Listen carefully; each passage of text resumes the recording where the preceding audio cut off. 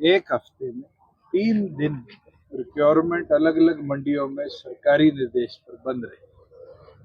और आज भी जिस प्रकार से यहाँ आकर मंडी के प्रधान से और आड़तियों से चर्चा हुई है, एक तो स्लो लिफ्टिंग इसका सबसे बड़ा कारण है, और दूसरी बात जो प्रतिबंध लगाया है इस बार कि 25 क्विंटल से ज्यादा नहीं परचेज किया जाएगा, 10% तक मैक्सिमम एडिशनल लिया जाएगा, 65 मन तक आज प्रदेश के अंदर यील्ड आ रही है जहां ओलावृष्टि नहीं है, उसके बावजूद भी किसान को इस तरह की रिस्ट्रिक्शन से रोकना ये दिखाता है कि किसान के प्रति सरकार की मंशा क्या है।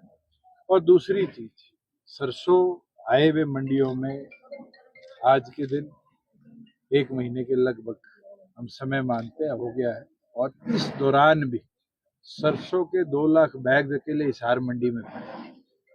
2 एजेंसीज हैफेड और वेयर हाउसिंग कॉरपोरेशन को काम दिया गया, उसके बावजूद भी लिफ्टिंग नहीं हो रही। तो सरकार की चिंता साफ होती है कि वो किसान के पक्ष में कदम उठाने के लिए चिंतित नहीं है। कल करनाल जिले में भी कई जगह ओलावृष्टि हुई है और वहाँ किसान के खेत में तो नुकसान आया ही आया, उसके साथ मंडियों के अंदर पड़ा गेहूं भी खराब हुआ। इसके लिए सरकार को तुरंत कदम उठाने चाहिए, लिफ्टिंग कराकर आगे ऐसी विपदा ना आए किसान की फसल पे, उसके लिए कदम उठाए। और साथ के साथ जहां क्रॉप मंडी में आई हुई थी वहां सरकार किसान की पेमेंट को तुरंत ट्रांसफर करे। लिफ्टिंग का बहाना लेकर जो 48 घंटे में हमने मैकेनिज्म बनाया था उसको 72 घंटे तो इन लोगों ने कर ही दिया, और 72 से भी उसको एक एक हफ्ते से ऊपर ले गए। आज भी 15-15, 20-20 दिनों से एफेड की सरसों की पेमेंट नहीं हो पा रही। ये दिखाती है कि सरकार किसान के प्रति बिल्कुल गंभीर नहीं है, उसकी पेमेंट देने के लिए आज अपने आप को असहमत बनाए गए। तो आपने किसी से बात भी की है? मेरी हुई है, मेरी मार्केटिंग बोर्ड के भी एडमिनिस्ट्रेटर से बात हुई है, मेरी बात हमारे डायरेक्टर फूड सिविल सप्लाईज से भी हुई, और मैंने कहा है कि तुरंत अगर एडिशनल मैन पावर, क्योंकि हमने जो लास्ट एमएलसी का कॉन्ट्रैक्ट बनाया था उसमें यह भी लिखा हुआ था कि जहां 10,000 से ऊपर बैग है वहां मल्टीपल आप लोडरिंग टेंडर के तहत ले सकते हो, मगर अभी भी कई जगह 1 या 2 ही एजेंसीज को निर्धारित किया है लिफ्टिंग के लिए। आज इनको कदम उठाकर मल्टीपल लोगों को यूटिलाइज करना चाहिए, जैसे हमने पिछले वर्षों में करे। ज्यादा एजेंसीज होंगी, ज्यादा ट्रक्स होंगे, ज्यादा लिफ्टिंग होगी, तभी जाके मंडियां खाली होगी। ये पूरे हरियाणा में इसी तरह की सिचुएशन है? बिल्कुल, झज्जर में मैं परसों था, झज्जर में भी दिक्कत है, दादरी मेरी बात हुई, दिग्विजय सिंह कल भिवानी थे, हिसार है, जहां जहां भी चर्चा हो रही है वहां फार्मर को यही दिक्कत आ रही है कि एक तो क्यू लगाकर फार्मर खड़ा है, और दूसरी चीज है कि मंडियों के अंदर आड़ती को समस्या ये आ रही है कि आड़ती की लिफ्टिंग नहीं, और पहली बार है आड़ती पे एक जीएसटी का बोझ भी सरकार ने लगाया।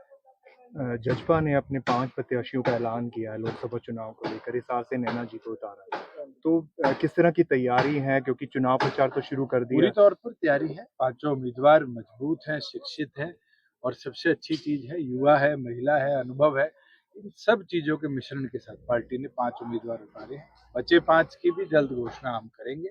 उसके साथ साथ जहाँ हिसार लोकसभा की बात है, मैं तो आपको इतना बोल सकता हूँ, जैसे हमने चुनाव 2014 में लड़ा, 19 में लड़ा, उससे ज्यादा मजबूती के साथ श्रीमती नैना चौटाला जी को हिसार की जनता अपना सांसद चुनेगी।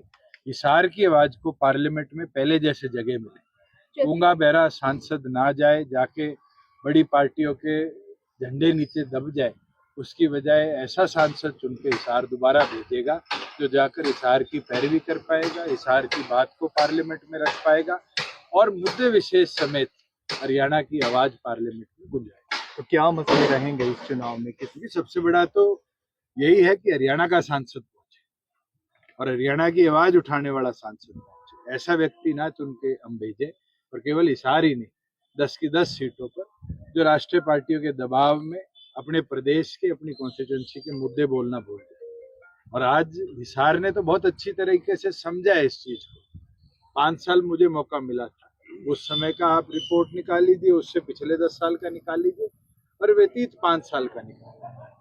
आज के दिन हिसार के अंदर डेवलपमेंट के जो काम हुए, पृष्ठभूमि रखी गई, वो सब उस समय की पार्लियामेंट की कार्रवाई का नतीजा था। आज फाटक मुक्त हिसार हुआ है, वो इसीलिए हुआ क्योंकि हमने उस समय हमारे सुरेश प्रभु जी मंत्री हुआ करते थे, उनसे बैठकर आज रेल कनेक्टिविटी हिसार से लगभग पिछले 10 सालों में ट्रेन की कनेक्टिविटी मल्टीपल सिटीज को बढ़ाई गई है।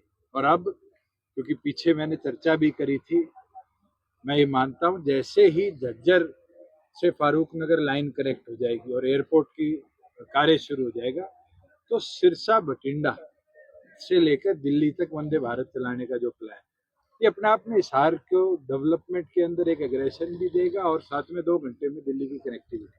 लेकिन आपका जो ड्रीम प्रोजेक्ट था एयरपोर्ट का, उसको जो हमारी मंत्री जी से अभी तक जो चर्चा हो रही है या अभी उन्होंने पीछे प्रेस कॉन्फ्रेंस दी, थोड़ा सा वो चलो मेरे लिए खुशी की बात है कि मेरे साथ सहयोगी भी रहे हैं कमल गुप्ता जी, आज ये प्रभार उनके पास है।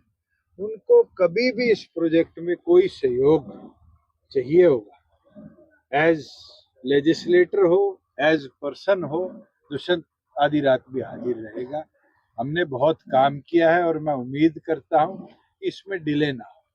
आज 11 employees airport authority of India से मेरे समय पर हमने लाकर यहाँ परमानेंट डिप्यूट कर दिया, अफसर आ चुके हैं, नेविगेशनल एड लग चुका है। अब तो सिर्फ कार्रवाई है कि इक्विपमेंट टेस्टिंग करा और जो एग्रीमेंट अलायंस एयर के साथ हुआ है उससे एविएशन कनेक्टिविटी को तुरंत प्रभाव से चलाए। आज आप अनाथ मंडी पहुंचे हैं, वहीं अगर बातचीत कर ली जाए तो कल भी जो है दिग्विजय जी भिवानी में पहुंचे थे, तो उन्होंने कहीं ना कहीं पूर्व सीएम जो रह चुके हैं और जो अभी सीएम है यानी कि नायब सिंह सैनी जी पर तंज करता, उन्होंने कहा कि लुटेरे हैं वो, तो उनको लेकर तो आज के दिन हैफेड की परचेज को प्राइवेट मंडी के आड़तियों से हटाकर अपने कमीशन एजेंट्स को देना एजेंसी के माध्यम से, ये दिखता है कि वो चुनिंदा लोगों से ही कार्य करवाना चाह रहे थे।